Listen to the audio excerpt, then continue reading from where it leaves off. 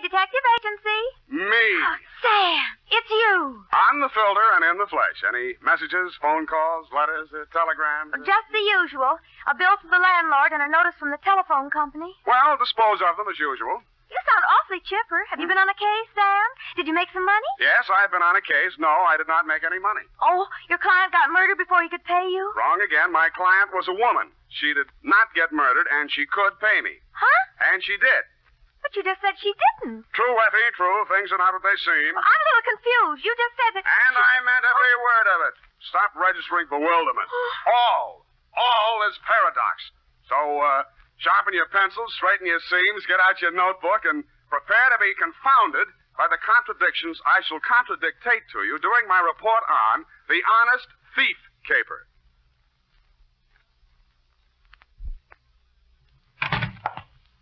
I'm not looking over a four-leaf clover. Oh, Sam, hello. Look alert, girl. We've many things to do. Up. Yes, sir. Yes. You say the strangest things on the phone. Don't I? I don't believe I quite understood what it was all about. An actual misunderstanding. I didn't understand it myself. Date? To? Sergeant Frank Nilgus, robbery detail, San Francisco Police. From Samuel Spade, license number 12756. You're fast today. Subject, Ben Comiskey. Who? Ben Comiskey. Comiski. Sam! I went to Elbert High School with a boy named Ben Comiskey. Is he the same one? Very likely, yeah. Oh, Sam, tell me, did he turn out bad? Is he good? Did he get married? Down, Effie. Well, Sam, I knew this boy. I want to know. This is one mystery you're not going to solve by reading the last chapter first. Dear Frank, it was one of those days. The sky was black and it looked like rain, but when I put on my trench coat, the sun came out. At breakfast, it looked like I'd ordered fried eggs, and I wound up with pancakes. Also, I discovered I was wearing one blue sock and one black one. After that, I gave a cab driver a 5 instead of a 1 and let him ride off with the change. And there was one other thing. Sam, bank just called. You're overdrawn. They're nuts, Ev. I made a deposit 2 days ago. I checked, Sam. You didn't. You're nuts, too. I made out the slip myself, and Oh. Give me, Sam. I'll take it right down. Yeah, better do that, Angel. Yes. Excuse me. Oh. Can I help you, miss? Is this Mr. Spade? Come right in, miss. Sit down. Miss Perrine, you may go and do that. Instruct them that if such a mistake occurs again, I shall take my account elsewheres. Yes, sir. Now, please sit down, Miss... My name's Louise Miller, Mr. Spade.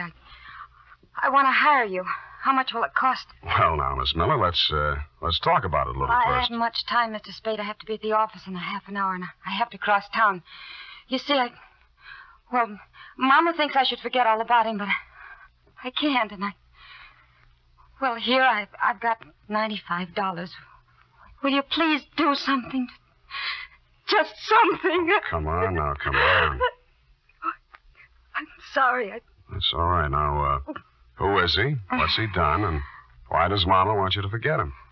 Ben Comiskey. He's my... We were going to be married pretty soon. We even picked out our furniture. No. It's all right now. Go on. What's he done? They say he held up a store 2 nights ago. They picked him up on the street today. He's in jail. Mm-hmm. Well, if he's innocent, I'm sure they'll find that out. He won't even see me, Mr. Spade. He won't see anyone. Ben's good and kind and sweet, and I love him, and I want to marry him, and I want you to find out why what it's all about. Look, Miss Miller, I think you should be in the office of a good lawyer. I'm sure He doesn't want a lawyer. He won't even see the public defender. He doesn't want anything. Oh, please, Mr. Spade. I just want to die if Ben went to prison. I just want to die.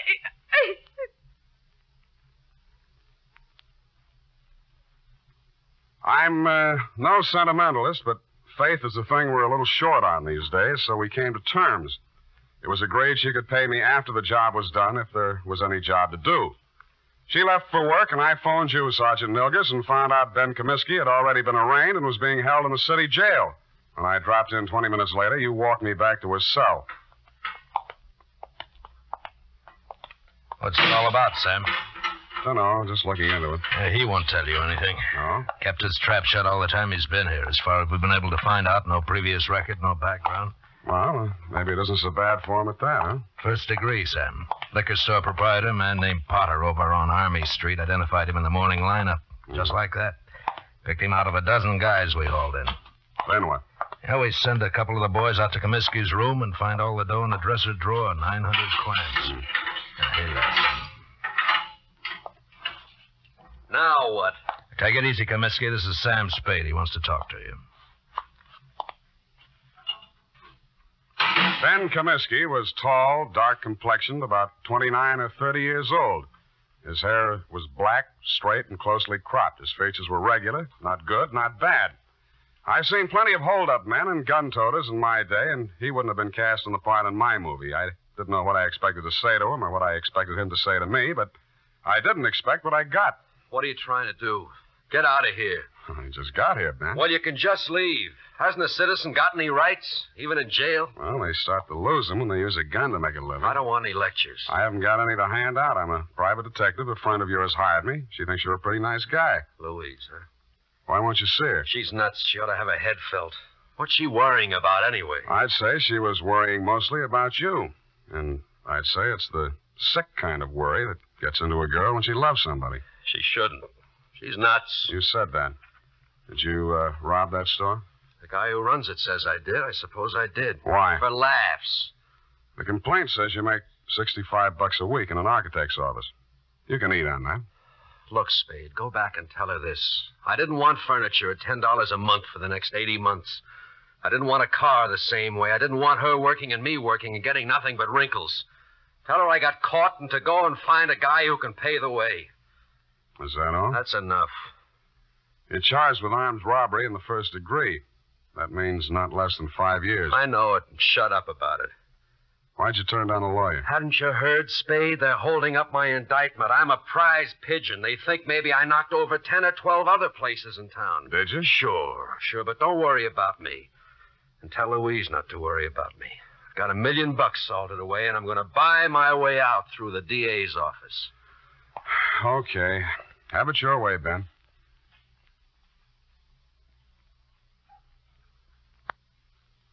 But an hour later, I found myself strolling around Ben Comiskey's old neighborhood.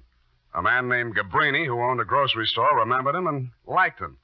A woman in a bakery shop told me how he'd gone into the Army as a private and been discharged a first lieutenant. A phone call to a Mr. Henderson, Allied Architects, revealed that Ben Comiskey was in line for a raise and promotion. All in all, I was getting a composite picture that didn't look quite right. I decided to try his mother's place. It was on Lombard Avenue, a street that starts on the waterfront. According to the penciled note above the doorbell, it was out of order. The slot on the mailbox read, Mrs. Anastasia Comiskey. Yes. What is it, please? You're Mrs. Comiskey? I'm busy now. I fix lunch for my son. He come back from Cincinnati. Please. Oh, Mrs. Comiskey, I'm here to talk to you about Ben. He's your son, too, isn't he? Yes. Ben is my son. Well, I'm trying to help him, Mrs. Comiskey. Why? He has no money. I have no money. A friend of his, Louise Miller, hired me. Oh, Louise, she's a foolish girl. Very foolish. Her heart should not be with Ben. I think he's a very lucky man to be loved by somebody like that. If not for her, Ben would not be in jail, in trouble. Oh, you don't want to help my son. She don't want to help him. She'll leave him alone if she want to help. Ben is bad. Not good like my son, James. James is always good. Times he's away, he sends me money. From what I hear, Ben's always been pretty good, too. Always one good son, one bad son. What's going on, Mom? Oh. Who's this? He's come to ask questions about Ben. Huh? I'm Jim Comiskey, Ben's brother. Oh, my... You run on in, Mom. I'll talk to this gentleman. All right. Get out of here. Look, I'm just trying... If you've got any questions to ask about Ben, go to the police. They can give you all the answers. And stop bothering my mother. She's been through enough in the last 2 days. If I catch you around her again, I'll break you in half.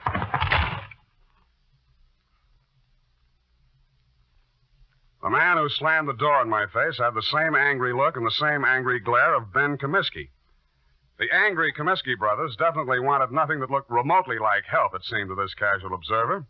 I went back to my office to wait for 6 o'clock. That's when I intended to call my client, report my opinions, and drop the case. But at 5:30, she called me. Mr. Spade, Yeah? this is Louise Miller. Oh, yes. I was just going to call you.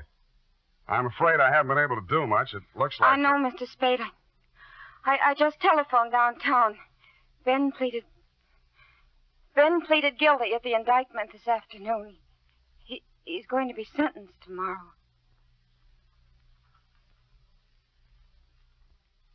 And that, to all appearances, Sergeant Milgus, was the crop.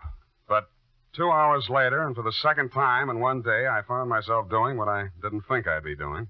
Walking around a dull, gray, 2-story apartment house on Adams Place. My ex-client's address, to be exact. I was wondering what a lonely, distraught girl would be thinking the night before her boyfriend was shipped away to prison. I found out. I got a whiff of it as I walked down the hall. It was coming out from under her door. I had to use my shoulder. The room was acrid and stinging with gas fumes. And Louise Miller was stretched out on the floor in a 6-foot kitchen. When I picked her up and carried her out, I wasn't sure whether she was dead or not.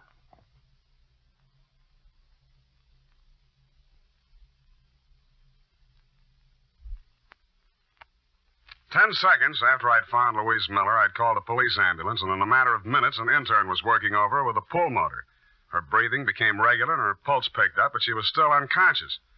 Lieutenant Kelsey of Homicide showed up and said it was obviously a suicide attempt, which is his kind of ingenious thinking. I thought not. If she were going to commit suicide, she wouldn't have called first to pull me off the caper. She'd have let an insignificant detail like that take care of itself. No, she was too strong to pity herself and too sure of what her intuition told her to believe even Ben Comiskey's confession. With that kind of faith, I owed it to her to poke around the ashes while they were still hot. I did, and turned up a live coal in a faded blue shirt and wrinkled brown pants. Bert Singleby by name and by vocation, manager of the Greystone Arms Apartments. What kind of a girl was she? Oh, nice, clean, sincere. The kind mothers always want their sons to marry. Boy, I wish I'd listened to mine. Yeah, did you know her boyfriend, Ben Comiskey? Oh, salt hors d'oeuvre. What? I can't understand him pulling a hold-up like that. But then, the war did strange things to me. Yes, I guess it did. I almost stayed in Europe and married myself up to a French doll myself. Yeah, I bet. But Sandra, that's my wife. She'd have hunted me down in Tibet. It was easier to come home facing music. Yeah, well, about Louise, you know any reason why she might commit suicide? Frankly, no. I met her in the hallway tonight. And she said, Mr. Singleby, she said, Ben didn't do that hold-up because I'm pretty sure I know who did. Well, I figure she's just keeping up a front. But if she did really know that Ben didn't do it, she wouldn't have turned on the gas now, would she? No, she wouldn't. Did she tell you who she thought did it? No, that's all she said. She's a quiet girl. Not like my wife. Now, Sandra. Yeah, did you see or hear anything that might have been suspicious or unusual around her apartment tonight? Now, look, I don't want to go around breaking up any homes or spreading dirty gossip around. Unless it involves Sandra's relative. Mr. Singleby, I promise you, sir, that I'll treat any information you give me confidentially as long as I can. All right. Now, listen. Sandra told me not to say anything because it's a lot easier to rent a suicide apartment than a murder apartment. You know that? Confidentially, I'm a humanitarian. But if you tell anybody I said this, I'll just lie about it. I'll never tell a soul. Well, we were out of butter, see, so I had to run down to the store. Well, when I passed the mailboxes outside, a guy is standing there. He asked me which apartment Louise Miller was in, and I said 12B. What do you look like? Oh, let's see now. 5'10", medium build, tan suit, dark shirt, sort of a wide brim hat, kind of flashy. Mm-hmm. Wore 3 or 4 big rings, diamonds they looked like. 3 or 4 big diamond rings on each hand. The Iceman. Why didn't you tell all this to the police? Bert? Bert, who are you talking to? Don't you dare say a word about that poor girl. That's why. That is why. Sandra always says, keep your mouth shut and you keep out of trouble. But me, I don't know. I just love Bert, talk. stop talking too much and close that door. Yes, Sandra, dear. I'm closing it.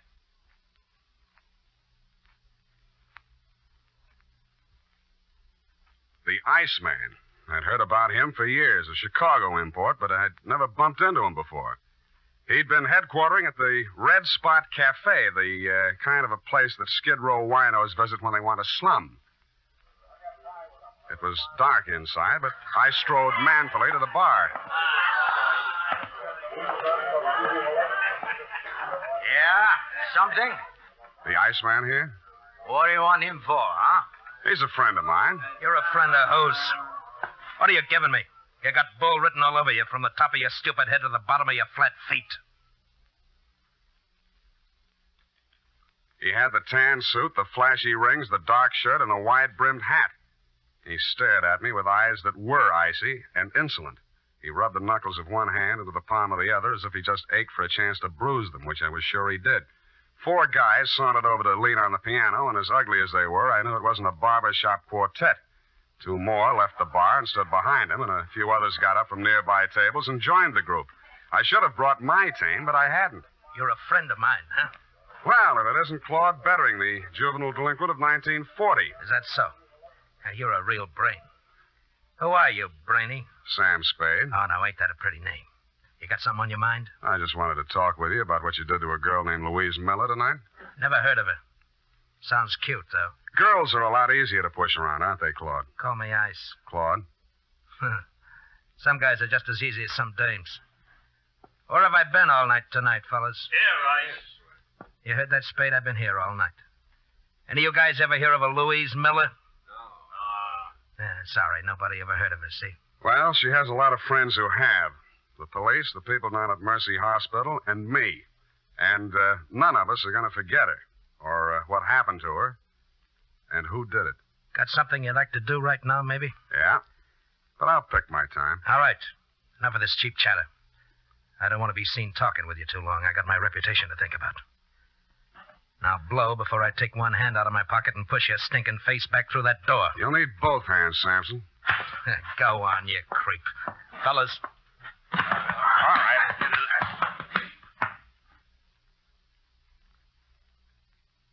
As I went rapidly through the door, Claude Bettering was standing, oily smile and all, polishing a couple of his oversized rings on his lapel. It was a picture I said I wouldn't forget, and I didn't.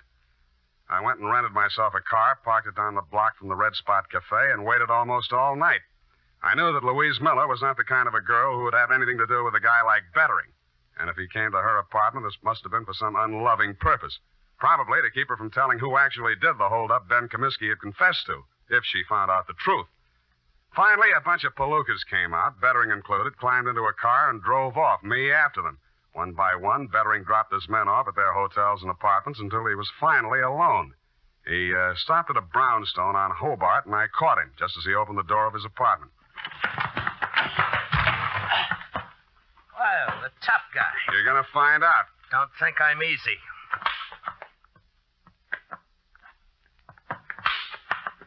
And he wasn't easy. He was 3 inches shorter and 25 pounds lighter, and wherever he had picked up his reputation for toughness, he earned it. But I never enjoyed a fight in my life any more than that one. I battered him to his knees and then to the floor, and he still wouldn't give up. You stinking creep. Why did you beat up Louise Miller? I didn't. Why? I didn't. Why? I didn't. Why? The apartment house manager identified you. He's a liar. Who did you do it for? Nobody. Who? Nobody. Who? You stinking creep. I'll push your face it. Who? Who? Push your face it.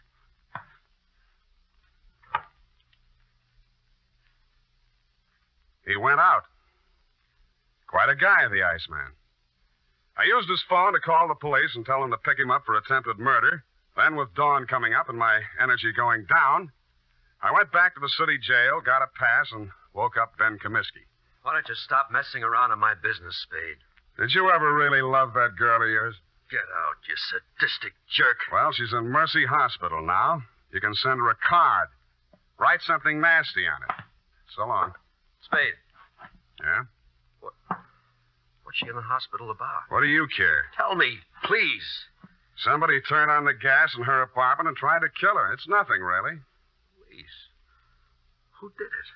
Who did it, Spade? I think it was a guy named Claude Bettering. They call him the Iceman in certain circles. But why? That's what I'd like to know. Who's Bettering? I don't know. Your girl believed you were innocent, Comiskey, but you said you weren't. My guess is that somebody figured she knew something and tried to shut her up. I think Bettering was hired by somebody. Spade, look, I don't have any dough, see? But I want to get out of here for one day. You know anybody who could raise the bail? I won't skip, and I'll pay back anything you want. Why? I gotta see somebody. I don't think I can. Who do you want to see? My lousy, dirty, low-down, no-good brother. He hired Bettering? Who else? He did everything. He's always done everything wrong. He held up that liquor store, but he's on parole, a 2-time felony offender. One more rap and he'd go up for 20 years. I did this for him, yeah. Look at me. I did it for him, and he tries to kill my girl. Your mother said he was a good boy, hard-working, lived in Cincinnati. Me again. I told her all that. She believed it. I started the whole stupid lie and had to go through with it. I could explain 2 years, 3 years to her, but not 20. He promised he'd go straight. He promised. I see. I even sent her money I earned and said it was from him. Oh, you never saw anybody like me before, did you? No, I haven't. Get me out. Get me out, Sam, and I'll drag him in by his back teeth. Thanks anyway, but I'll do it myself. Spade, let me do it. Let me do it, please.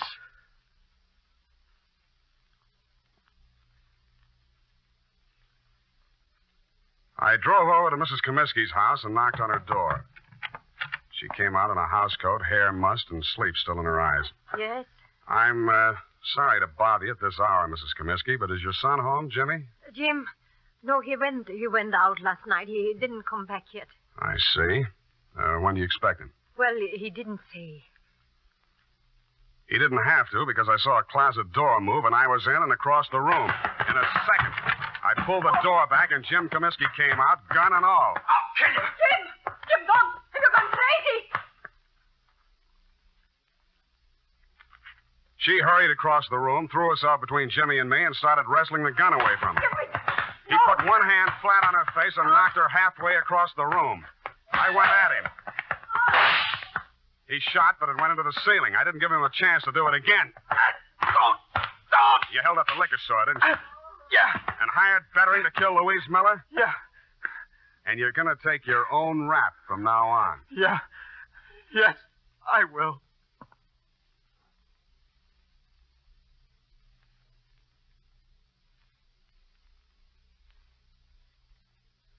And he did. Period. End of report. Oh, Sam, that poor old lady. Yeah. Yeah, she lived in a dream world built by a son who had too much heart and not enough common sense. But, Sam, that man in the liquor store identified Ben as the hold-up man. Well, when he saw both brothers together, he realized he'd made a mistake. At night, with a hat pulled down and a collar up, anybody could have confused the Comiskey brothers. Sam, why is the world so cruel? Because people live in it. Now go on, type it up, huh?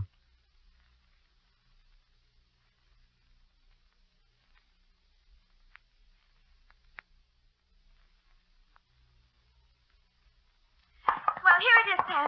And if you don't mind my saying so, it's a lesson to everybody. If you say so, Ed. Honest, Sam, I'm just infuriated. Now, don't go too far. Misplaced love, devotion, it just isn't right. Now, hand me the glass. Well, this kind of thing could be going on all over the world. The glass, If it weren't for people like you who step in and take things in hand. The glass! Oh! Here you are, Sam. Thank you, Miss Brain.